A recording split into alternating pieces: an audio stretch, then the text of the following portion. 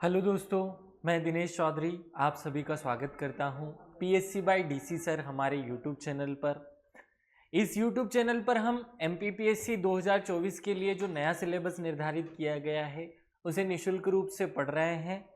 हम 10 यूनिट पूरी तरह पढ़ चुके हैं और उसके एमसीक्यूज भी हमने शुरू कर लिए हैं। 6ठी यूनिट भी लगभग हमारी समाप्त होने वाली है। आज हम एक बहुत ही महत्वपूर्ण टॉपिक बौद्धिक संपदा के अधिकारों में मध्य प्रदेश की प्रगति को पढ़ने वाले हैं। चलिए शुरू करते हैं। सबसे पहले भगवान श्री गणेश का नाम लेकर श्री गणेशाय नमः बोलते हुए और मेरे शिक्षक श्री सुरेश पटेल सर को याद करते हुए आगे बढ़ते हैं।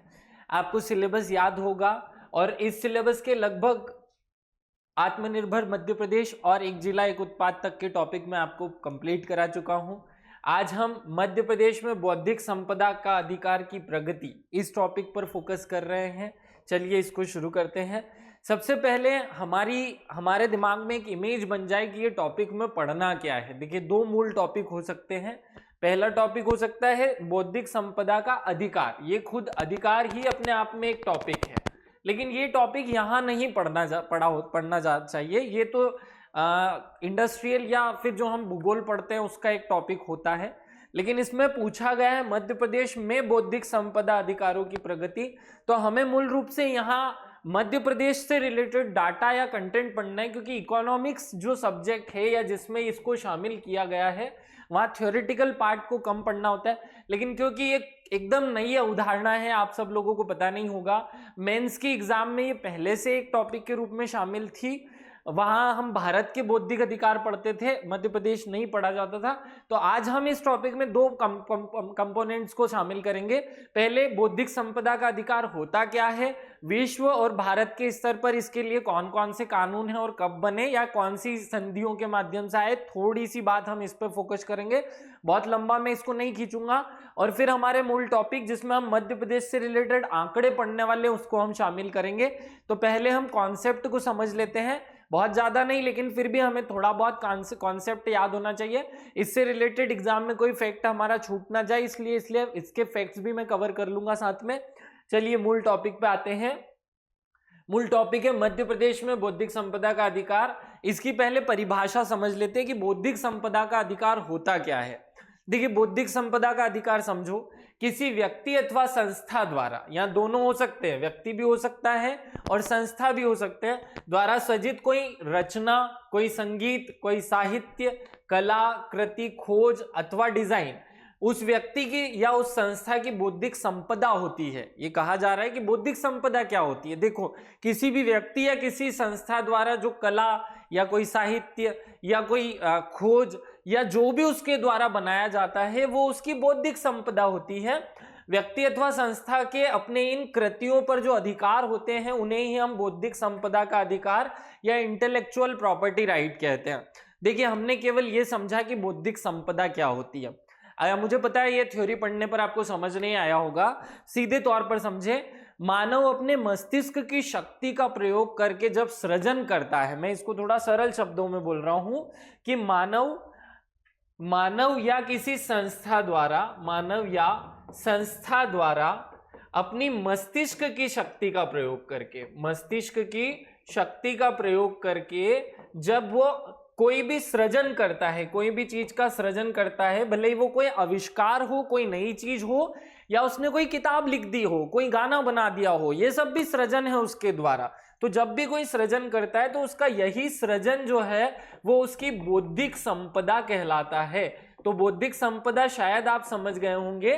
देखिए, हमने पैसे के रूप में जो कमाया वो हमारी पूंजीगत संपदा है। हमने घर बना लिया, ये भी हमारी संपदा है। लेकिन हमने हमारे मस्तिष्क की शक्ति का प्रयोग करके जो कुछ बनाया है, जैसे मैं इस YouTube पे अपनी मेहनत से अपने दिमाग की शक्ति का प्रयोग करके आपको ये वीडियोस अपलोड कर रहा हूं या पढ़ा रहा हूं, ये मेरे मस्तिष्क की शक्ति है।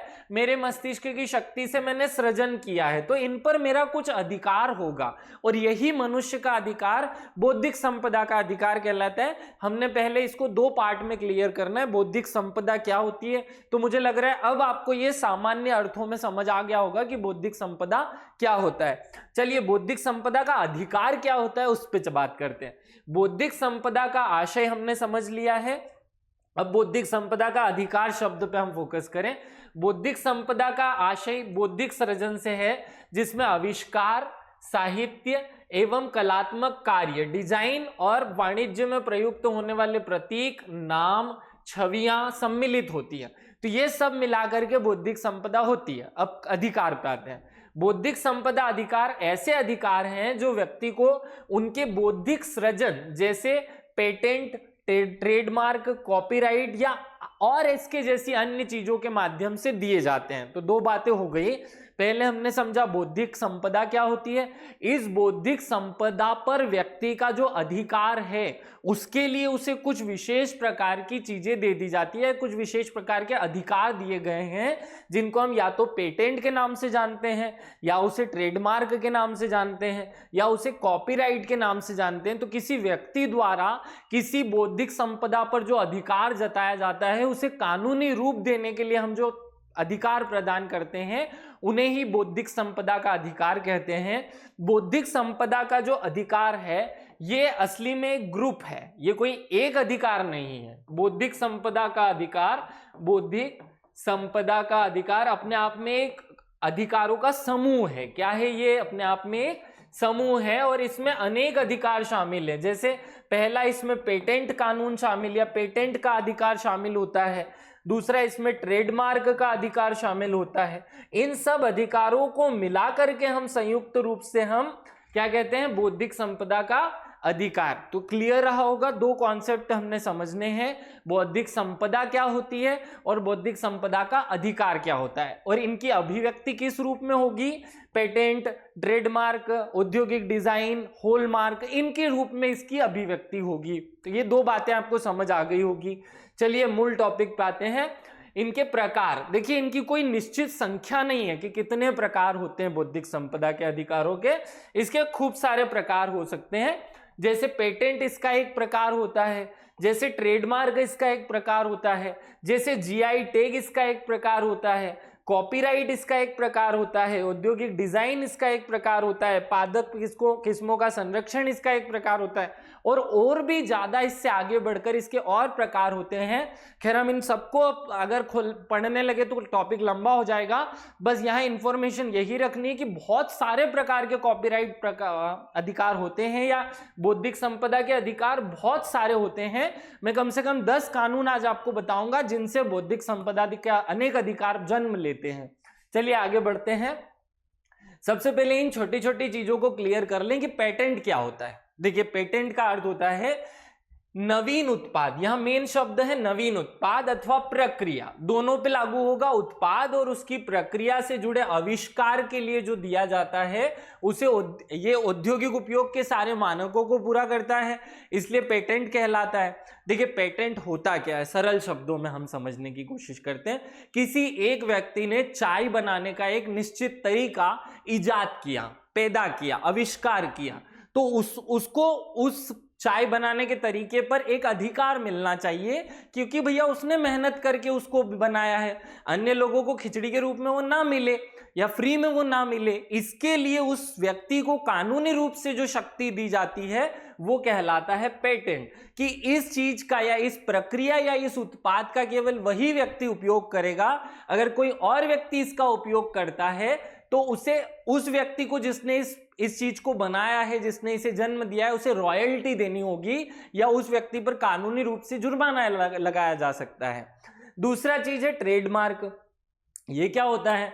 किसी उत्पाद या सेवा को अन्य उत्पाद या सेवा से पृथक करने वाले चिन्ह, डिजाइन या अभिव्यक्ति ट्रेडमार्क कहलाते हैं। ट्रेडमार्क कोई निशान होता है जो किसी भी व्यक्ति, किसी भी संस्था, किसी भी औद्योगिक संस्था द्वारा अपनी वस्तुओं और सेवाओं को दूसरों से अलग दिखाने के लिए उपयोग किया जाता है। जैसे आपने देखा होगा कि नाइकी नाम का कंपनी ऐसा एक चिन्ह लगा लेता है, एडिडास ऐसा एक चिन्ह बनाता है।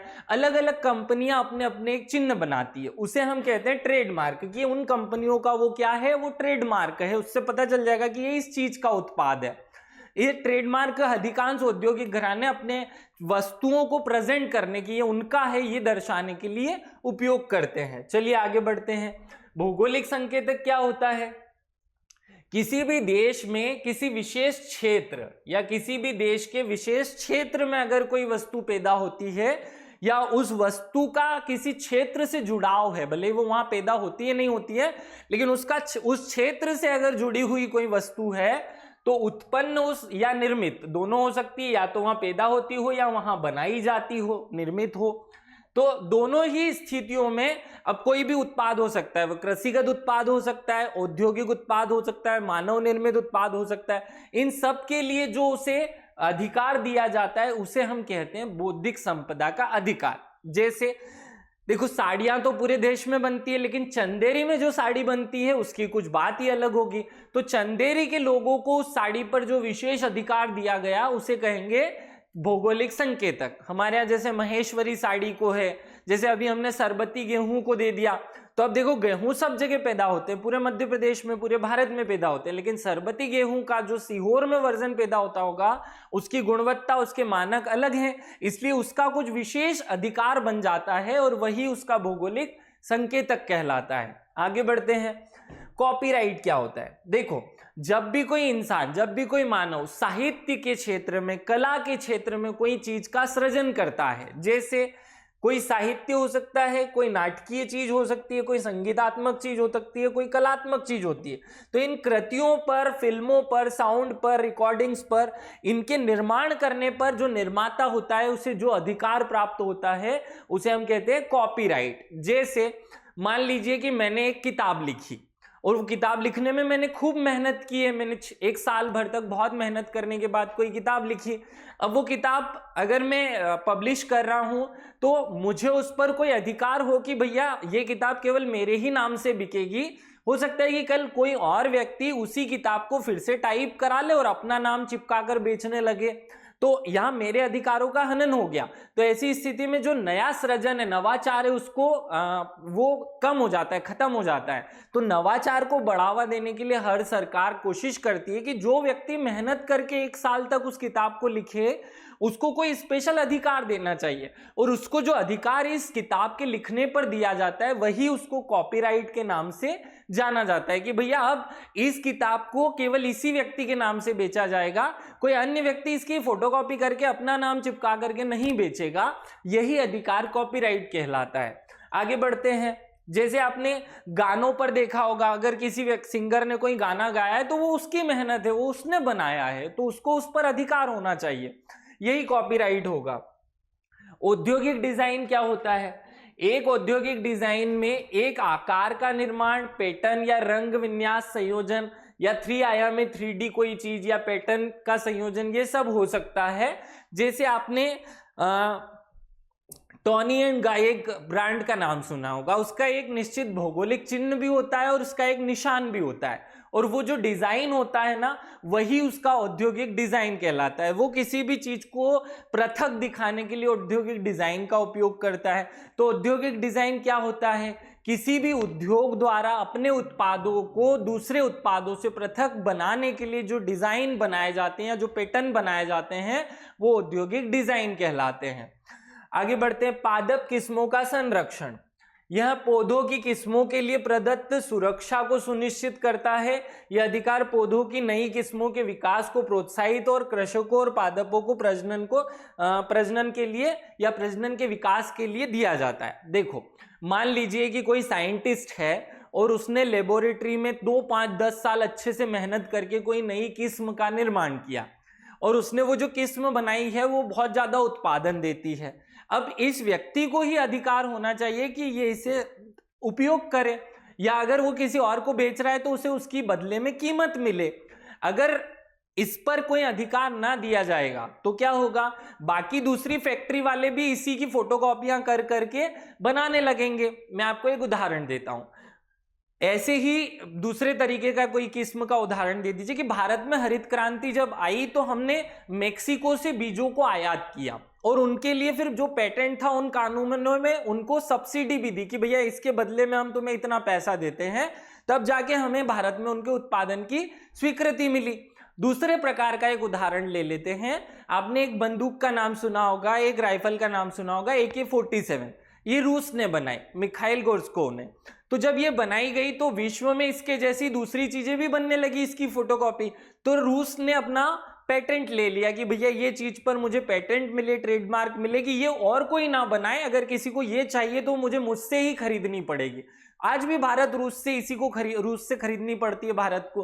क्यों खरीदनी पड़ती है? क्योंकि विश्व स्तर पर बौद्धिक संपदा के अधिकारों का संचालन वीपो करता है और भारत भी उसका एक सदस्य है और भारत इनका उल्लंघन नहीं कर सकता, हम फोटोकॉपी नहीं कर सकते। इसी प्रकार के जितने अधिकार हैं वो सब बौद्धिक संपदा के अधिकार होते हैं और इनकी संख्या और भी ज्यादा है। मैं केवल अभी आपको 6 बता रहा हूं, लेकिन इनकी संख्या बहुत ज्यादा है। चलिए अब हम समझते हैं कि विश्व में बौद्धिक संपदा के अधिकारों की शुरुआत कैसे हुई।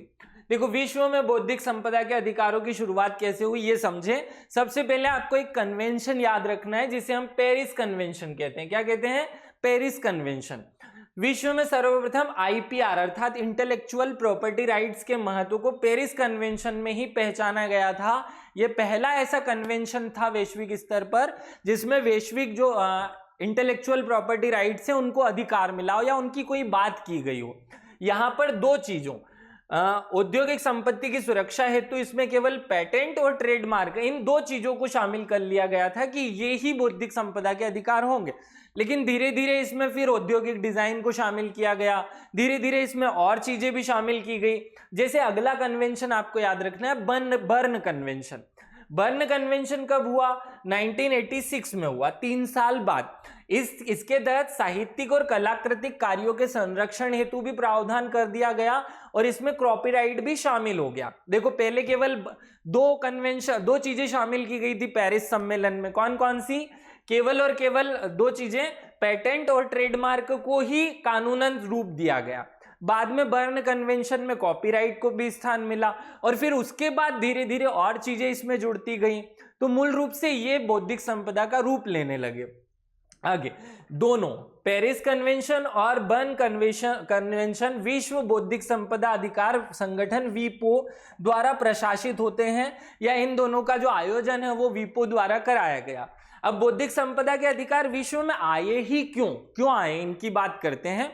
देखो, हमने जब विश्व में मानव अधिकारों के घोषणा पत्र को लागू किया, मानव अधिकार का घोषणा पत्र आप समझते हैं जो मानव अधिकारों की रक्षा के लिए बनाया जाता है, तो उसमें से जो आर्टिकल 27 था, बौद्धिक संपदा अधिकारों का उल्लेख मानव अधिकारों के सार्वभौमिक घोषणा पत्र के अनुच्छेद 27 में था कि किसी भी व्यक्ति को मानव होने के नाते उस वस्तु को जिसको वो बनाता है या उसे वो सृजित करता है उस पर भी अधिकार मिलना चाहिए, ये उसके मानव अधिकार का एक हिस्सा होगा।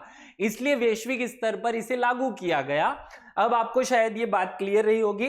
देखो, एग्जाम में सीधा प्रश्न आता है कि बौद्धिक संपदा अधिकारों का वर्णन मानव अधिकार के घोषणा पत्र के किस अनुच्छेद में किया गया है? आर्टिकल 27 में इसका वर्णन किया गया है। आगे बढ़ते हैं। अंतरराष्ट्रीय बौद्धिक संपदा संगठन वीपो संयुक्त राष्ट्र संघ की एक विशिष्ट शाखा है या संस्था है। आप याद रखेंगे, पूरे विश्व में बौद्धिक संपदा अधिकारों का जो संचालन है, जो क्रियान्वयन है, जो प्रबंधन है, वो कौन करता है? वीपो नाम का संगठन करता है, वर्ल्ड इंटेलेक्चुअल प्रॉपर्टी ऑर्गेनाइजेशन। ये आपको याद रखना है, विश्व अंतरराष्ट्रीय बौद्धिक संपदा संगठन। ये क्या है? यूनाइटेड नेशन की एक संस्था है जो अंतर्राष्ट्रीय स्तर पर बौद्धिक संपदा के अधिकारों से संबंधित क्षेत्र में कार्य करती है। इसकी स्थापना कब हुई? 1967 में की गई और इसका परिचालन या इसकी शुरुआत, इसका क्रियान्वयन कब से शुरू किया गया? 1970 से शुरू किया। तो ये दोनों साल याद रखना कि आईपीआर लागू कब हुए थे? 1970 में, और संस्था की स्थापना कब हुई थी? 67 में। वीपो का 1967 से पहले कुछ और नाम था, वो क्या था? वीपो को पहले बिरपी कहा जाता था। क्या कहा जाता था? BIRPI, याद रखना, bureaux for the protection of the intellectual properties, इस नाम से जाना जाता था, जो एक ब्रिटिश संस्था थी। इसी को बाद में वैश्विक स्तर पर जब बनाया गया तो वीपो नाम रख दिया। वो इसका मुख्यालय कहाँ है? तो शुरुआत में इसका मुख्यालय बर्न में था। बर्न कहाँ है? स्विट्जरलैंड में, जहां वो कन्वेंशन हुआ था। बाद में इसका जो मुख्यालय है वो जेनेवा में, जो कि खुद भी स्विट्जरलैंड में, वहां स्थानांतरित कर दिया गया। वर्तमान में इसके कितने सदस्य देश हैं? 193। जितने विश्व में देश है लगभग सबके सब शामिल है इसमें। कुछ अपवादों को छोड़ दिया जाए तो। भारत इसमें कब शामिल हुआ? भारत 1975 में इसमें शामिल हो गया। तो ये कुछ बातें आप याद रखेंगे। आगे बढ़ते हैं हम। अब हम आते हैं कि ये जो संस्था है इसका कोई समझौता भी है क्या विश्व से रिलेटेड, जिससे ये कानून विश्व में संचालित होता हो? तो उसे कहते हैं WTO का ट्रिप्स समझौता। याद रखना, ट्रिप्स और ट्रिम्स ये दो प्रकार के समझौते विश्व स्तर पर चलते हैं। और ट्रिप्स कब हुआ था? ट्रिप्स हुआ था 1994 में, 1994 में, और यह 1 जनवरी 1995 से लागू हो गया।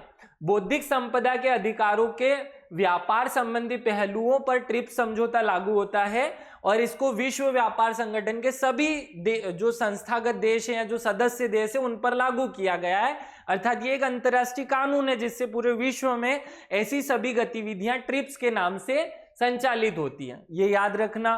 ट्रिप्स जो है, हमने ट्रिप्स देखा, ट्रिप्स 1989 और 1990 के बीच टेरिफ और व्यापार संबंधित गेट के एक उरुग्वे चक्र के सम्मेलन से विश्व के सामने आया था। ये याद रखना।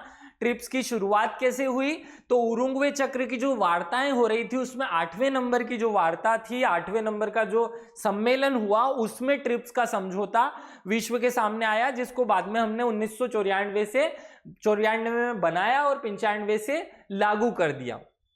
बुडापेस्ट कन्वेंशन क्या है ये भी याद रख लेना। पेटेंट प्रक्रिया के प्रयोजन के लिए सूक्ष्म जीवों से संबंधित जो कानून है वो बुडापेस्ट कन्वेंशन में बनाए गए थे, इसलिए एक शब्द में इसको याद रख लेना कि बुडापेस्ट कन्वेंशन क्या है। ये याद रहे, बुडापेस्ट कन्वेंशन 1977 में हुआ था और 1980 में इसको लागू किया गया था। ये पॉइंट स्पेशली याद रख लेना। अब हमने देखिए अभी तक हमने क्या बातें की है। सबसे पहले हमने बौद्धिक संपदा क्या होती है वो समझा, फिर हमने बौद्धिक संपदा के अधिकार क्या होते हैं वो समझा, फिर इसके अंदर कौन कौन सी चीजें शामिल की गई और उनकी क्या परिभाषा, अर्थ क्या है उनका वो समझा, फिर विश्व स्तर पर बौद्धिक संपदा के अधिकार कहां से शुरू हुए वो समझा। अब हम भारत में बौद्धिक संपदा के अधिकार कैसे लागू हुए उनकी बात कर लेते हैं, फिर भारत में कौन कौन से कानून है उनकी बात करेंगे और फिर मध्य प्रदेश में इसकी प्रगति देखेंगे। चलिए शुरू करते हैं। भारत में बौद्धिक संपदा के अधिकारों का इतिहास। तो भारत में बौद्धिक संपदा के अधिकारों का पहला मामला 1856 में, देखो सबको पता है 1857 में क्रांति हुई थी, उसके एक साल पहले 1856 में प्रकाश में आया। और वो कब आया? जब एक व्यक्ति थे जॉर्ज अल्फ्रेड डे नाम के, उन्होंने अल्फ्रेड डे पेनिंग ने अपना पेटेंट हेतु प्रार्थना पत्र जब ब्रिटिश सरकार, जो अंग्रेजी सरकार थी, उसके सामने प्रस्तुत किया और उनको भारत में बौद्धिक संपदा के अधिकार में पहला पेटेंट दे भी दिया गया ब्रिटिश सरकार द्वारा। तो पहला ऐसा मामला जिससे भारत में पेटेंट की कोई बात की गई हो वो ये था जॉर्ज अल्फ्रेड डे द्वारा किया गया प्रार्थना पत्र, जिसे अंग्रेज सरकार ने स्वीकार कर लिया, जिससे पहला व्यक्ति बना जिसे किसी चीज पर पेटेंट मिला हो। आगे भारत में दूसरी स्थिति पे आते हैं, प्रत्यालिप्य अधिकार अर्थात कॉपीराइट का इतिहास भारत में सर्वाधिक पुराना है, जो ईस्ट इंडिया कंपनी के कानून 1847 से संचालित होता था। भारत की संसद में पहला कानून कब बनाया गया कॉपीराइट के लिए? तो उसका आंसर होगा जब पहला विश्व युद्ध होने लगा तो 1914 में भारतीय संसद में एक कानून पारित किया गया जिसका नाम था कॉपीराइट एक्ट, भारतीय कॉपीराइट एक्ट, जो 1914 में बना। ये बातें तो हो गई अंग्रेजों के समान जमाने की। इसके पश्चात हमने आजादी के बाद कुछ विशेष अधिकार बनाने थे, तो उसके लिए एक समिति बनाई गई। स्वतंत्र भारत के लिए 1958 में नया कॉपीराइट एक्ट लागू किया गया, ये याद रखना। तो अब स्वतंत्र भारत में कौन कौन से कॉपीराइट एक्ट बने उनकी बात करते हैं, या बौद्धिक संपदा के कानून बने उनकी बात कर लेते हैं। देखो भारत में 1856 में पेटेंट अधिनियम आया और ये भारत का पहला कानून था जो अंग्रेजों के जमाने में था। 1911 में एक कानून बना था भारतीय पेटेंट एवं डिजाइन एक्ट, जिसको 1914 में स्टेब्लिश किया गया था। वो हमें काम का नहीं है, अब काम का है आजादी के बाद का। तो आजादी के बाद एक स्पेशल समिति बनती है, वो समिति क्या कौन सी थी? न्यायाधीश डॉक्टर बख्शी टेकम चंद, ये नाम याद रखना बहुत इंपॉर्टेंट है, की अध्यक्षता में पेटेंट अधिनियम की समीक्षा हेतु एक समिति बनी और इन्हीं की सिफारिश पर फिर भारत में एक कानून बनाया गया।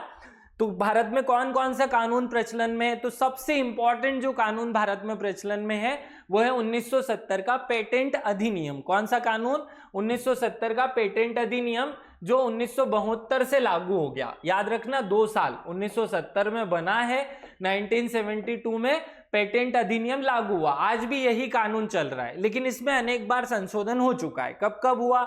2003 में संशोधन हुआ, 5 में संशोधन हुआ, और अभी कुछ समय पहले 2006 में इसके नियम बने और 2016 में भी इसमें संशोधन हुआ। भारत सरकार द्वारा 12 मई 2016 को बौद्धिक संपदा अधिकार नीति लाई गई।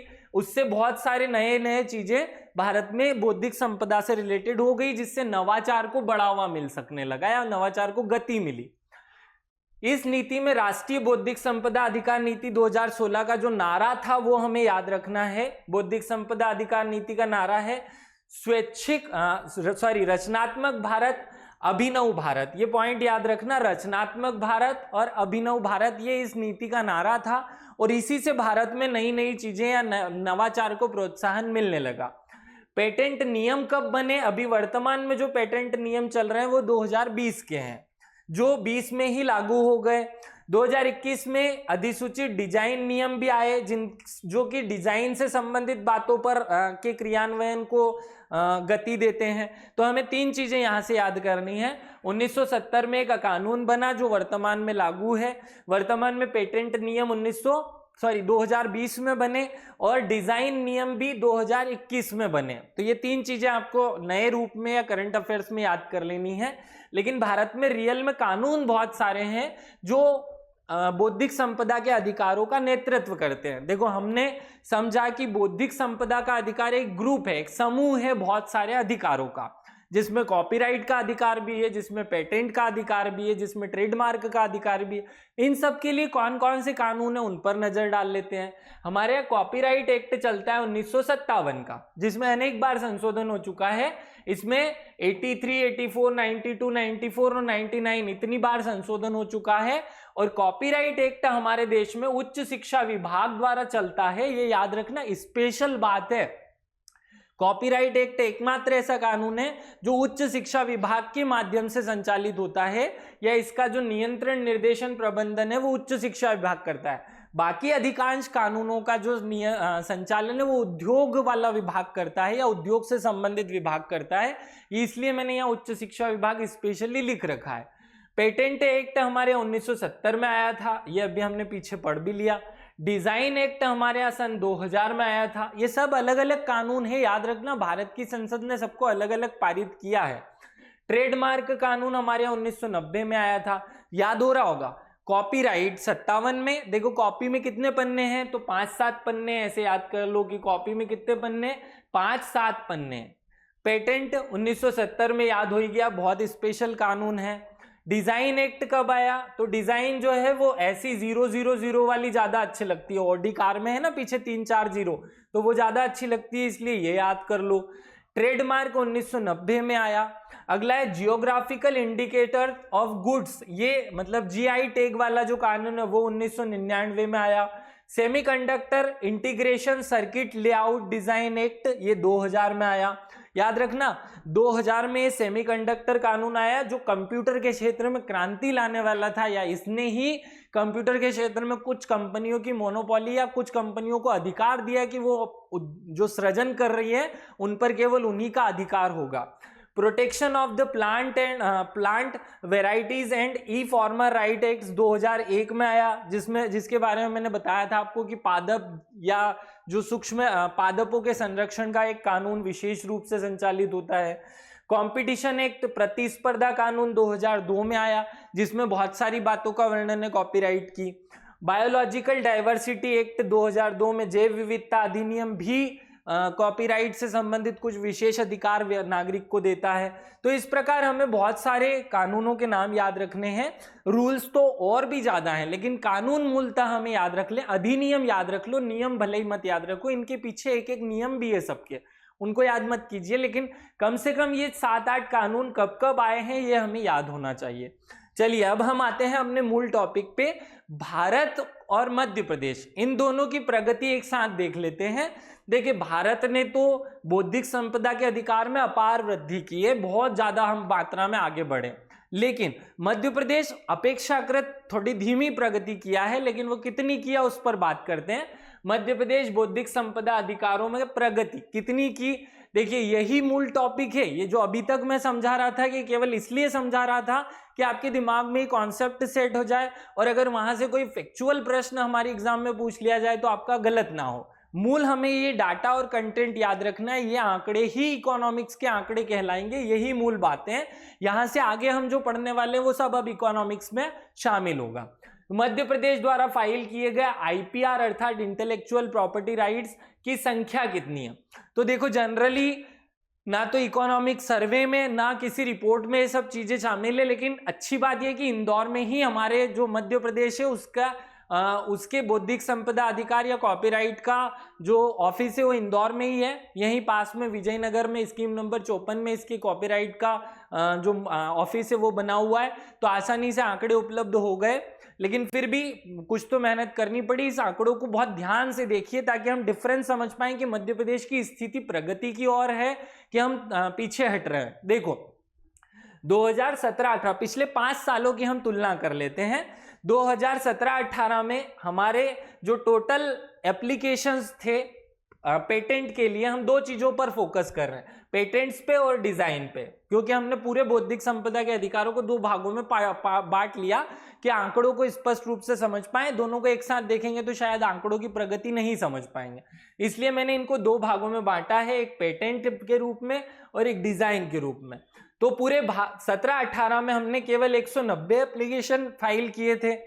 18-19 में हमने 194, मतलब 4 की वृद्धि हुई।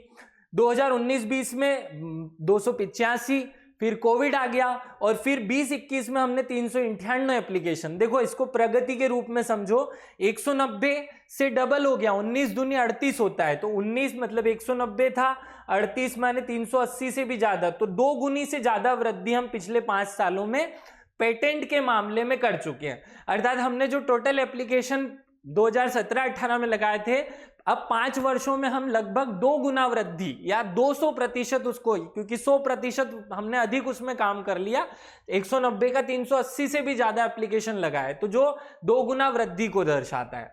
डिजाइन के क्षेत्र में देखो 2017-18 में केवल 61 हमने एप्लीकेशंस लगाए थे या हमने डिजाइन लिए थे, 62 हो गए, ये अगले साल बढ़कर 127 हुए और वर्तमान में 214 है। 61 से 4 गुना, अगर 60 का 4 गुना करोगे तो 240 आता है, तो लगभग 3.5 गुना से ज्यादा वृद्धि हमने डिजाइन के मामले में की है। और ये आंकड़े कहां से मैं आपको बता रहा हूं, सोर्स भी बता देता हूं। MPCAST नाम का एक संस्था है, भारतीय पेटेंट कार्यालय, भारत सरकार, उसके आंकड़ों के आधार पर मैं ये बातें बता रहा हूं। 2021-22 ही लास्ट है, क्योंकि इसके बाद के आंकड़े प्रेषित ही नहीं किए गए हैं, वो अभी वर्तमान में प्रेषित किए जाएंगे कुछ समय बाद, लेकिन उसको टाइम लगेगा। हमें इन्हीं आंकड़ों के आधार पर मध्य प्रदेश की प्रगति देखनी है, क्योंकि सारे रिपोर्ट्स 2021 तक पर ही बेस्ड हैं। आगे बात करते हैं, देखो एक मैप हमने यहाँ लगाया हुआ है, इसमें हम मध्य प्रदेश को अच्छे से समझ सकते हैं भारत की तुलना में या भारत के अन्य राज्यों की तुलना में। देखो जहां कलर या जहां रंग डार्क है, जैसे महाराष्ट्र, जैसे गुजरात, अर्थात इनके द्वारा फाइल किए गए जो पेटेंट थे उनकी संख्या बहुत ज्यादा थी, और जहां जितना हल्का रंग है उसकी संख्या उतनी कम थी। देखो यहाँ पूर्वोत्तर में आपको हल्का रंग दिखाई देगा, इन राज्यों में भी हल्का रंग दिखाई देगा, यहाँ थोड़ा सा गहरा है और यहाँ उसकी कंपैरेटिवली कम गहरा है। तो मध्य प्रदेश पूरे भारत में 17 राज्यों में से 13वें स्थान पर आता है। ऐसा कहता है इंटेलेक्चुअल प्रॉपर्टी राइट्स का रिपोर्ट कि हम बौद्धिक संपदा के अधिकारों के मामले में पूरे भारत में जो अग्रणी 17 राज्य हैं या 17 राज्यों का ही आंकड़ा प्रेषित किया गया, जिसमें 13वें स्थान पर है, ये याद रखना। अगर हम पूरे भारत की तुलना करना चाहें तो सबसे ज्यादा जो भारत में आंकड़े या सबसे ज्यादा जो आवेदन किए गए हैं, जो सबसे ज्यादा पेटेंट लिए गए, वो महाराष्ट्र द्वारा लिए गए। महाराष्ट्र द्वारा कितने लिए गए पेटेंट? तो उनकी संख्या है लगभग 4114। पूरे भारत में सबसे ज्यादा पेटेंट जो लिए जाते हैं वो महाराष्ट्र द्वारा लिए जाते हैं। सेकेंड नंबर पे तमिलनाडु का स्थान है और थर्ड नंबर पे कर्नाटक का स्थान है। ये 3 चोटी के राज्य याद रख लें, महाराष्ट्र, तमिलनाडु और कर्नाटक। भारत में मध्य प्रदेश कौन से स्थान पर आता है? देखिए मध्य प्रदेश यहाँ पर है। हमारे टोटल एप्लीकेशन है 398 और महाराष्ट्र के टोटल 4000 की तुलना में 10% है, लगभग 10% हम करते हैं, वो हमसे 100% ज्यादा करता है, या 10 गुना ज्यादा हमसे वो पेटेंट फाइल करता है। तो इस मामले में मध्य प्रदेश थोड़ा पिछड़ा हुआ नजर आ रहा होगा, आपको ये याद रखना है। यहां नंबर याद नहीं रखना है कि मध्य प्रदेश कौन से नंबर पे है। देखो मध्य प्रदेश की प्रगति की बात की जा रही है, मध्य प्रदेश का भारत के संदर्भ में स्थान की बात नहीं की जा रही, लेकिन फिर भी हमें भारत में मध्य प्रदेश की स्थिति याद रहेगी तो प्रगति अच्छे से बता पाएंगे। तो अब हम दो चीजों में, एक तो पेटेंट में और डिजाइन में, इन दोनों में हमारी प्रगति को ग्राफ से समझें। 2017-18 में हम यहां थे, 2018-19 में थोड़ा सा परिवर्तन आया, लेकिन देखो फिर ग्राफ बढ़ता हुआ है। देखो वर्तमान में 2021 तक हमारा ग्राफ यहां आ चुका है, अर्थात टोटल 398 एप्लीकेशन, हमने लगभग 400 के आसपास एप्लीकेशन या पेटेंट हमें प्राप्त हुए, ये याद रखना। ऐसे ही अगर डिजाइन की बात की जाए तो डिजाइन के मामले में भी ग्राफ हमारा 17-18 में यहां था, 2018-19 में भी लगभग सीधा है, जो बाद में एकदम तिरछा होकर के गति को दर्शाता है कि हमने वृद्धि की है।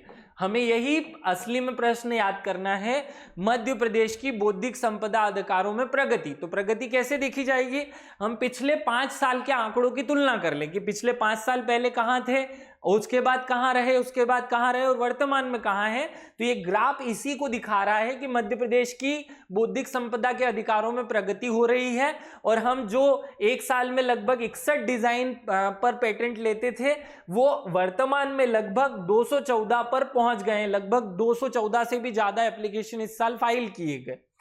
आगे बढ़ते हैं, अगर आंकड़ों के तरीके में के रूप में इसको देखा जाए, देखिए ग्राफ के रूप में समझ आ गया होगा, लेकिन उसको एग्जाम में किस रूप में पूछा जाएगा उस पर आ जाते हैं। 2020-21 के दौरान भारत के सर्वाधिक पेटेंट दायर भारत में सर्वाधिक पेटेंट दायर करने के मामले में राज्यों के में प्रथम स्थान है महाराष्ट्र का, जिसने 4114 पेटेंट फाइल किए। द्वितीय स्थान पर है तमिलनाडु, जिसने 3945 पेटेंट फाइल किए, और तृतीय स्थान पर है कर्नाटक। तो ये 3 राज्य हमें याद हो जाए। मध्य प्रदेश 2017-18 से पेटेंट फाइल करने की संख्या में 190, जो कि 190 थी, को बढ़ा करके 398 कर चुका है, और इस अवधि में हमने लगभग 109% की वृद्धि दर्ज की है। ये मूल रूप से प्रश्न बनता है कि मध्य प्रदेश में पेटेंट में कितनी वृद्धि दर्ज की गई, 190% वृद्धि दर्ज की गई। मध्य प्रदेश ने अपनी पेटेंट फाइलिंग की दर को बड़ा सुधार किया है, जो राष्ट्रीय वृद्धि दर 87% की तुलना में डबल है या 2 गुना है। 2 बातें हैं, शायद समझना ही होगा, फिर से बता देता हूं। पहले हमने किया कि भारत में कौन सी स्थिति पे मध्य प्रदेश, तो नंबर भले ही मत याद रखो कि 13वें पे है, वो याद रखने की बात नहीं, वो ऐसा कोई क्वेश्चन नहीं पूछा जाता। हमें मध्य प्रदेश की प्रगति देखनी है, तो हमने कहा कि देखो भाई, भारत में जो मध्य प्रदेश में जो 2017-18 की तुलना में पिछले 5 वर्षों में हमने लगातार वृद्धि की है। हमने इस साल 109% की वृद्धि दर्ज की, जो कि भारत में जो वृद्धि होती है, भारत हर साल 87% की वृद्धि दिखा रहा है पिछले 5 वर्षों से। तो भारत 87% वृद्धि करता है, मध्य प्रदेश ने 109% वृद्धि की, अर्थात हम राष्ट्रीय औसत से अच्छी प्रगति कर रहे हैं, ये हमें याद रखना है। ये पेटेंट की बात हुई।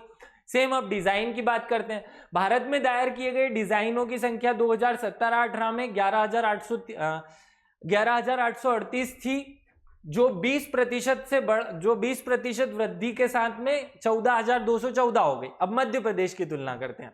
मध्य प्रदेश 2017-18 में 61 फाइल किया था, जो 21-22 में बढ़कर 214 हो गई, जो लगभग 250% वृद्धि को दर्शाता है। तो हमने वृद्धि को समझना है, 250% वृद्धि हुई।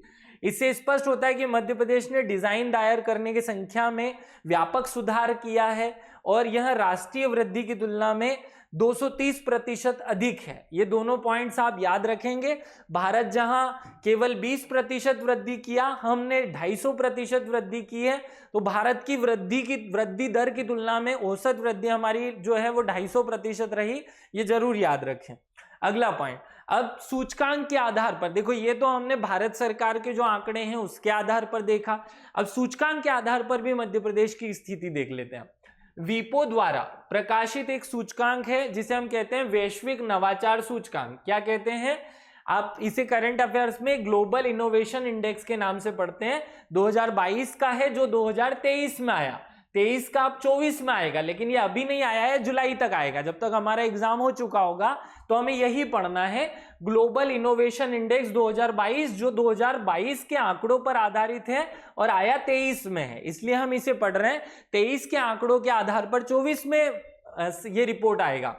इसमें 132 देशों में भारत का स्थान कौन सा है? 40वां है, ये याद रखना। अगर पूरे विश्व की बात की जाए तो विश्व में 132 देशों में 40वां स्थान भारत का है। अब भारत में मध्य प्रदेश कहाँ है, ये कैसे पता चलेगा? तो वो नीति आयोग की रिपोर्ट से पता चलेगा। तो इंडिया इनोवेशन इंडेक्स इसी के आधार पर बनता है। India innovation index 2021 NITI Aayog द्वारा जारी किया जाता है। इसमें 17 राज्यों के मध्य में 17 राज्यों में मध्य प्रदेश 13वें स्थान पर है, जो मैं आपको पहले ही बता चुका हूं कि मध्य प्रदेश 13वें स्थान पर है। और इस रिपोर्ट के आधार पर जो आंकड़े हैं या जो मध्य प्रदेश का एक स्कोर है वो 74 है। अब यहां आपको एक चीज डिफरेंस देखने को मिलेगी। यहां पे प्रथम स्थान कर्नाटक को दिया गया है, द्वितीय स्थान तेलंगाना को दिया गया और तीसरा स्थान हरियाणा को दिया गया।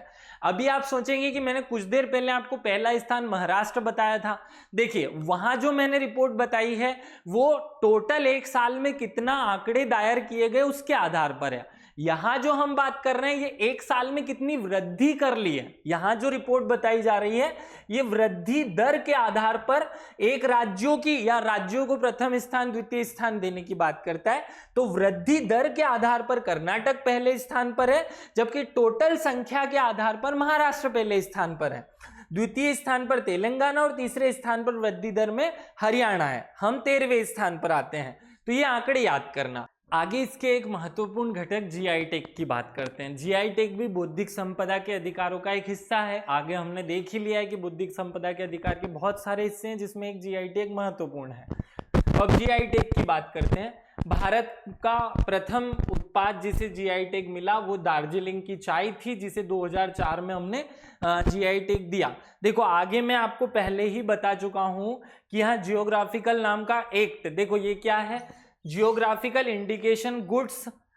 ये वाला जो एक्ट है ये 1999 में बना था और 2000 से लागू हुआ था। तो इसी के बाद से जीआई टैग मिलना शुरू होगा भारत में। तो इसी आधार पर भारत में जो पहला जीआई टैग मिला वो जीआई टैग पहला मिलता है 2004 में हमारे दार्जिलिंग की चाय को। याद रखना भारत का पहला जीआई टैग कौन सा है? दार्जिलिंग चाय 2004। वर्तमान में भारत में लगभग 400 से अधिक उत्पादों को जीआई टैग मिल चुका है। हमने दो बातें की, एक तो जीआई टैग की शुरुआत भारत में 2000 का जो कानून 1999 का जो कानून बना उससे शुरुआत हुई और उसके बाद फिर भारत में राज्यों को या अलग अलग राज्यों ने जीआई टैग के लिए आवेदन करना शुरू किया। उसमें भारत में आज तक 400 जीआई टैग मिल चुके हैं। पहला जीआई टैग जो है वो दार्जिलिंग की चाय को मिला था। देश में सर्वाधिक जीआई टैग वाला राज्य कर्नाटक है। याद रखना सर्वाधिक जीआई टैग 42 कर्नाटक को प्राप्त है। मध्य प्रदेश को अब तक टोटल 19 जीआई टैग मिल चुके हैं। ये 19 जीआई टैग अभी तक हमें मिल चुके हैं। 2 और हमने आवेदन कर रखे हैं। एक हमने नंदन प्रिंट के लिए कर रखा है भीलों के, और एक इसी प्रकार का और आवेदन मध्य प्रदेश द्वारा जो दरी है भीलों की उसके लिए, जो वट की दरी के लिए किया हुआ है।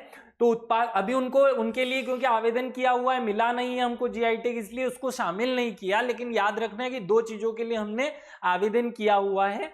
तो 19 जीआई टैग अभी मध्य प्रदेश को मिल चुके हैं। 2 उत्पाद ऐसे हैं जिनमें मध्य प्रदेश को संयुक्त रूप से किसी और राज्य के साथ मिलकर के जीआई टैग मिला है। बाकी 17 हमारे पर्सनल जीआई टैग हैं। 2 ऐसे हैं जिनमें हमको मध्य प्रदेश दूसरे 2 राज्यों के साथ मिलकर मिला। वो कौन कौन सी चीजें हैं? तो एक तो नागपुरी जो संतरा है उसके लिए मध्य प्रदेश और महाराष्ट्र को संयुक्त रूप से, और एक महोबा देसावरी पान इसके लिए मध्य प्रदेश को उत्तर प्रदेश के साथ संयुक्त रूप से मिला। मध्य प्रदेश को पहला जीआई टैग कब मिला? मध्य प्रदेश को पहला जीआई टैग 2005 में मिला था और वो चंदेरी साड़ी के लिए मिला। याद रखिए मध्य प्रदेश को पहला जो जीआई टैग है वो चंदेरी साड़ी के लिए 2005 में मिला था। अब हम आगे बढ़ते हैं। मध्य प्रदेश को अलग अलग समय पर जो जीआई टैग मिले उनको याद कर लेते हैं, क्योंकि वो बहुत महत्वपूर्ण बात है कि कौन से साल में हमें कौन सा जीआई टैग मिला। ये महत्वपूर्ण क्वेश्चन बनता है। इंटेलेक्चुअल प्रॉपर्टी फैसिलिटेशन सेंटर कहां पर है? इंदौर में। ये 2-3 फैक्ट आप याद कर लो जिसकी मैं अभी बात कर रहा था, जहां से हमें आंकड़े प्राप्त हुए। Intellectual property facilitation centre Madhya Pradesh का कहां पर है? इंदौर में। 26 अप्रैल को पूरे विश्व में क्या मनाया जाता है? बौद्धिक संपदा अधिकार दिवस। राष्ट्रीय बौद्धिक संपदा जागरूकता मिशन अर्थात नीपम, ये एग्जाम में क्वेश्चन बहुत इंपॉर्टेंट है, नीपम पूछा जाएगा। नीपम क्या है? बौद्धिक संपदा अधिकारों के प्रति जागरूकता फैलाने का एक मिशन, जिसका फुल फॉर्म क्या है? राष्ट्रीय बौद्धिक संपदा अधिकार, national intellectual property awareness mission. याद रखना, national intellectual property awareness mission. यह 8 दिसंबर 2021 को शुरू किया गया था, याद रखना। इसका नोडल एजेंसी औद्योगिक नीति एवं संवर्धन विभाग को बनाया गया है, जो वाणिज्य मंत्रालय के अधीन काम करता है। तो ये 3-4 फैक्ट याद कर लिए। अब हम याद कर लेते हैं कि मध्य प्रदेश में कब कब जीआई टैग किस किस चीज को मिला। पहला जीआई टैग मिला, ये फोटो दिख रहा होगा आपको, चंदेरी की साड़ी। तो चंदेरी की साड़ी को पहला जीआई टैग मिला था मध्य प्रदेश में। ये चंदेरी साड़ी को कब मिला था जीआई टैग? देखो, चंदेरी अशोकनगर में है, तो स्थान तो आसानी से याद हो जाता है। मैं स्थान याद नहीं कराता हूं, मैं साल याद करा देता हूं, स्थान आप अपने मन से याद कर लेना। तो पहला जीआई टैग मिला हमें 2005-06 में। कैसे याद करोगे कि चंदेरी की साड़ी को जीआई टैग कब मिला? तो याद कर लो, चंदेरी की साड़ी 5-6 फीट की होती। कितनी फीट की होती है? 5-6 फीट की। 3 प्रकार की साड़ियां आएंगी, जिसमें पहली है चंदेरी की साड़ी, ये 5-6 फीट की है। याद कर लो, चंदेरी की साड़ी कितने फीट की? 5-6 फीट की। तो याद हो जाएगा। आगे बढ़ते हैं। मध्य प्रदेश का जो दूसरा जीआई टैग है वो 2008-09 में मिला, चमड़े के खिलौने इंदौर को। कब मिला? चमड़े के खिलौने इंदौर को। याद रखना, ये कब मिला? 2008-09 में। कैसे याद करोगे? देखो, चमड़े का जो ये पहला पॉइंट तो ये याद रखना है, चमड़ों के खिलौने को जीआई टैग किस क्षेत्र के को मिला है? इंदौर को मिला है। देखो, खिलौने कहाँ मिलते हैं? इंदौर में ही मिलते हैं जनरली, या फैक्ट्रियां ज्यादा यहीं पे है, तो इंदौर में ही खिलौने के लिए जीआई टैग मिलेगा, ये याद कर लो। दूसरा, चमड़े के खिलौनों को जीआई टैग मिला कब? 2008-09 में। कैसे? देखो, चमड़े का खिलौना कितने घंटे खेल सकते हैं आप? 7-8 घंटे, क्योंकि उसके बाद तो नींद ही आ जाएगी। ये जो चमड़े का खिलौना है मनुष्य का, ये चमड़े का खिलौना ही तो है। 8 घंटे से ज्यादा काम नहीं कर सकता ना। कोई 8 घंटे कर सकता है, कोई 9 घंटे काम कर सकता है, उसके बाद तो नींद आ जाती है। लगातार हम 8-9 घंटे से ज्यादा काम नहीं कर सकते, क्योंकि हमारा जो शरीर है चमड़े का ही तो है, खिलौना है, भगवान ने बनाया है। ऐसे याद कर लो। तो 8-9 घंटे से ज्यादा काम नहीं करता हमारा शरीर, इसलिए 8-9 घंटे या 8-9 में इसको जीआई टैग मिला। ये चमड़े का खिलौना बना रखा है हमने। आगे बढ़ते हैं। अगला है बाघ प्रिंट 2009-8-9, ये भी सेम ईयर में है। तो बाघ प्रिंट कब है? 2008-9। तो सोच लो कि जो चमड़े का खिलौना था उसे बाघ खा गया। कौन खा गया? बाघ खा गया। तो वो भी उसी साल में है। अब चमड़े का खिलौना कितने में था? 8-9 में। तो बाघ प्रिंट भी कितने में होगा? 2008-9 में होगा। तो ये बाघ प्रिंट की साड़ियां हैं, याद रखना, या बाघ प्रिंट का स्पेशल है। अगला है 8-9 में एक और मिला था, बेल मेटल वेयर। ये क्या है? Bell metal ware. ये क्या होते हैं? देखो, मेटल के बहुत सारे सामान बनते हैं, उनको बेल मेटल वेयर कहा जाता है। ये दतिया और टीकमगढ़ को मिला है। किसको मिला है? दतिया और टीकमगढ़ को। देखो, बहुत सारे लोग दांतों में वो लगाते हैं, दांतों के बीच का जो गैप होता है उसको कम करने के लिए, तो वो दांत में क्या लगा लेते हैं? मेटल। किसी का दांत टूट जाता है तो वो मेटल का दांत लगा देता है, तो मेटल का क्या लगाता है? दांत। ये याद रख लेना। तो बेल मेटल वेयर कहाँ है? दतिया में है। और ये भी उसी के साथ है, मनुष्य के साथ शेर, और शेर के साथ बेल मेटल वेयर। तीनों चीजें एक साथ याद हो जाएंगी। मनुष्य का वो चमड़े का खिलौना याद रख लिया, उसके साथ शेर याद आ गया, क्योंकि चमड़ा कौन खा रहा है? वो शेर खा जाएगा। आगे याद करो। चलो आगे बढ़ते हैं। महेश्वरी साड़ी 2012 में मिला, खरगोन। देखो, महेश्वर में शब्द लगा हुआ है ईश्वर। क्या लगा है? ईश्वर। हमारी जो साड़ी थी वो 5-6 फीट की होती थी। ईश्वर की साड़ी कितने फीट की है? 12-13 फीट की है। वो द्रौपदी की साड़ी बड़ी कर दी थी ना, भगवान ने डबल कर दी थी, तो 5-6 फीट की हमारी साड़ी, मतलब चंदेरी साड़ी, उसको 12-13 फीट कर दिया, तो वो ईश्वर की साड़ी अर्थात महेश्वर की साड़ी। इसको महेश्वर अर्थात मैं ईश्वर लिख देता हूं।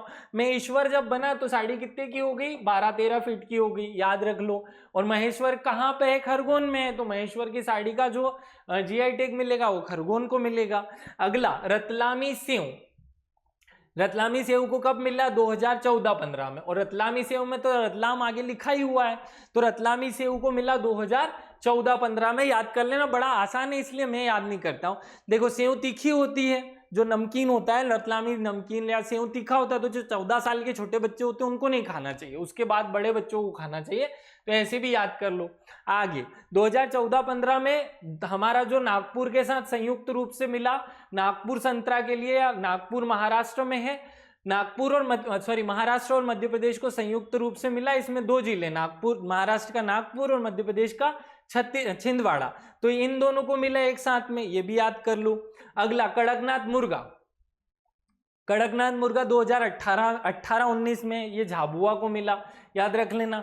2021 में चिन्नौर चावल को मिला, चिन्नौर चावल बालाघाट का है, इसको भी 21 में मिला। तो 21 वाले एक साथ याद कर लो, 23 वाले 2 एक साथ याद कर लो, एक साथ जोड़ोगे तो याद हो जाएगा। चावल खाने के बाद हमारा पेट ना भरे तो फिर पान खा लो, तो चावल के साथ ये पान है, महोबा देशावरी पान। ये कहाँ पे, मध्य प्रदेश और उत्तर प्रदेश को संयुक्त रूप से मिला था ये। 23 में 2 चीजें हैं, एक मुरैना की गजक है, मुरैना की गजक, और पत्थर शिल्प जबलपुर भेड़ा घाट, याद रख लेना। देखो गजक को दूर से देखते हैं तो वो पत्थर जैसी ही दिखती है, और अगर इसको थोड़ी सी हवा लग जाए तो वो कड़क हो जाती है, पत्थर जैसी हो जाती है। तो मुरैना की गजक और पत्थर शिल्प ये दोनों एक साथ याद करो 2023 में, याद कर लो। गजक कितनी खा सकते हो आप, 2-3 से ज्यादा गजक थोड़ी खा पाओगे, तो 2-3 से ज्यादा गजक नहीं खा पाओगे, तो मुरैना की गजक 23 में हो गई। महोबा और चिन्नौर चावल 21 में हो गया। कड़कनाथ मुर्गा 2018 याद हो गया, और इसके पुराने वाले हमने याद कर ही लिए हैं। तो इस प्रकार जीआई टैग हमको सारे याद कर लेने हैं। देखो ये जो बौद्धिक संपदा का अधिकार है, इसमें बहुत फिक्स्ड है, बहुत छोटा टॉपिक है, बहुत सिंपल से क्वेश्चन बनेंगे। या तो क्वेश्चन कानून के नाम पर बन सकता है, जो एमपीपीएससी की हमेशा से आदत है। देखो जिस साल उसने आईटी वाला जो पोर्शन है वो जोड़ा था, तो उस साल उसने क्वेश्चन पूछा आईटी एक्ट कब लागू हुआ, जबकि असली में आईटी एक्ट उसमें लिखा हुआ नहीं था। जब उसने बौद्धिक संपदा का अधिकार जोड़ा है तो हमसे पूछा जा सकता है कि बौद्धिक संपदा के अधिकार के वो जो कानून मैंने बताया वो कब आए हैं, वो हमें याद रखना है। इनके अगर थ्योरेटिकल क्वेश्चन बनाएंगे तो उसके लिए आगे हमने थ्योरी पढ़ी ली है। भारत के जो फैक्ट हैं वो हमने पढ़ लिए। फिर भारत में मध्य प्रदेश की स्थिति हमने देख ली। भारत की स्थिति बताता तो आंकड़े खूब सारे हो जाते, इसलिए मैंने वो पॉइंट स्किप कर दिया है। फिर हमने जीआई टैग के सारे पॉइंट्स देख लिए, ये भी आपको याद हो गए होंगे। उम्मीद है ये वीडियो देखने के बाद आपका बौद्धिक संपदा का अधिकार कंप्लीट हो जाएगा। देखो एक सीरीज के रूप में हमने ये इकोनॉमिक्स पढ़ना शुरू किया था, मैं 2-4 टॉपिक और बचे हुए हैं, इकोनॉमिक्स पूरा खत्म हो जाएगा। और जैसे ही इकोनॉमिक्स खत्म होगा उसके 1-2 दिन में हम इसके भी एमसीक्यूज लगाना शुरू कर देंगे। उससे आपकी जो तैयारी वो 100% हो जाएगी इन टॉपिक्स पे। तो आप बिल्कुल निश्चिंत रहें। ये जो 10वीं यूनिट है उसके एमसीक्यूज हम शुरू कर चुके हैं, जो 6ठी यूनिट है उसके एमसीक्यूज अभी हम पढ़ रहे हैं। आप लोग बार बार मैसेज करते हैं कि सर हिस्ट्री भी पढ़ा दीजिए, तो जैसे ही ये यूनिट खत्म होगा उसके बाद हम हिस्ट्री का जो नया पोर्शन जुड़ा हुआ है उस पर फोकस करेंगे। और साथ में फिर मैं एक वीडियो रोज केवल याद कराने के लिए बनाना शुरू करूंगा। जैसे हमने वायरस वाला जो चैप्टर किया था याद करने के हिसाब से, उसी तरीके से हर एक छोटे छोटे टॉपिक को हम याद करना शुरू करेंगे। आप सभी से मेरा विशेष रिक्वेस्ट है, एमसीक्यू लगाना जरूरी है। भले आप मेरे वीडियो से नहीं लगा रहे हैं तो कहीं और से लगाएं, जहां से आपकी इच्छा है, जहां से उपलब्धता अच्छे से आसानी से हो पा रही है वहां से एमसीक्यूज लगाएं। हर दिन 100 एमसीक्यू या 50 एमसीक्यू, 150 एमसीक्यू, जो जितनी क्षमता के साथ लगा सकता है वो जरूर लगाए। साथ में 3-4 घंटे रोज याद करना जरूरी है, ये जरूर याद करो। और तीसरे नंबर पे जो हमने नया सिलेबस जुड़ा हुआ है उससे अच्छे से पढ़ो। देखिए पेपर बहुत ज्यादा टफ आएगा या नहीं आएगा इसकी बात नहीं करते हम, वो हो सकता है बहुत आसान है, लेकिन कट ऑफ सामान्य नहीं रहेगा ये जरूर है। इसलिए इस शिद्दत से पढ़ना बहुत ज्यादा जरूरी है। आप सबको मेरी बहुत सारी शुभकामनाएं हैं। 2023 में जो जुड़े हैं वो और पॉइंट में आपको याद करा देता हूं। एक साथ इतना सारा याद कराता तो भूल जाते, इसलिए मैंने बीच में एक ब्रेक लिया। अभी तक आपको दिमाग में वो वाली चीज फिक्स हो गई होगी।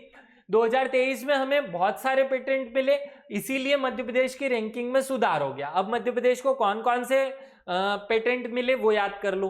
गोंडवानी चित्रकला डिंडोरी को मिला, याद कर लो। लोह हस्तशिल्प के लिए भी डिंडोरी को मिला। ग्वालियर कालीन के लिए ग्वालियर को मिला। वारासी ऊनी की साड़ी के लिए बालाघाट को मिला। स्टार्टिंग में मैंने आपको बताया था 3 प्रकार की साड़ी है।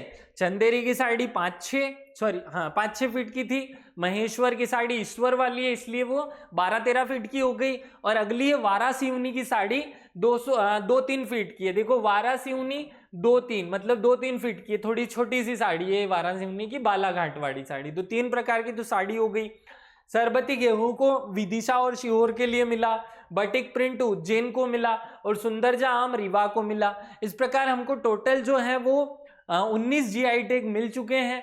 2 जीआई टैग के लिए हमने अभी आवेदन किया हुआ है, एक तो नंदन प्रिंट भीलो वाला, जो भील कपड़े पहनते हैं वो नंदन प्रिंट, और एक वो जो भीलो द्वारा जावर में दरी बनाई जाती है जोवट में, वो वाली दरी के लिए हमने प्रिंट जीआई टैग आवेदन किया हुआ है। लेकिन इन दोनों का अभी मिला नहीं है, हमें याद रहे ये किसके हैं या किस क्षेत्र के हैं, ये याद रखना है। और ये सारे जीआई टैग आप सबको याद कर लेने हैं। इस लेक्चर में हमने ये पूरा चैप्टर कवर किया। इससे बाहर अगर कुछ अपडेशन लिस्ट आ गई एग्जाम के पहले तो मैं खुद ही आपको बना करके वीडियो बना करके आप तक पहुंचाऊंगा। आपको इसके अलावा भटकने की जरूरत नहीं है। एक दिन पूरा सर्च करने के बाद ये आंकड़े मुझे मिले हैं, इससे ज्यादा और अपडेट आंकड़ा अभी अवेलेबल है नहीं। हमें 2021-22 तक के जो आंकड़े उन्हीं से काम चलाना है। 23 के आंकड़े अभी आए नहीं है क्योंकि 23 की रिपोर्ट 2024 में आएगी। अभी हम केवल फरवरी में है, जनरली अप्रैल मई तक आती है रिपोर्ट्स, तो ज्यादा टेंशन मत लीजिए। इसका जो अपडेटेड वर्जन है वो हमने पढ़ लिया है, जो सबसे अपडेट है वही पढ़ा है। आप निश्चिंत होकर इन आंकड़ों पर विश्वास करके इनको याद करें। आगे के जो पॉइंट्स बचे हैं उनको हम फटाफट जल्दी से कवर कर लेंगे। कुछ टेक्निकल जो वॉइस का प्रॉब्लम आ रहा है उसको भी सुधारने की कोशिश की जा रही है। आप सभी को शुभकामनाएं। ये वीडियो देखने के लिए सभी को धन्यवाद।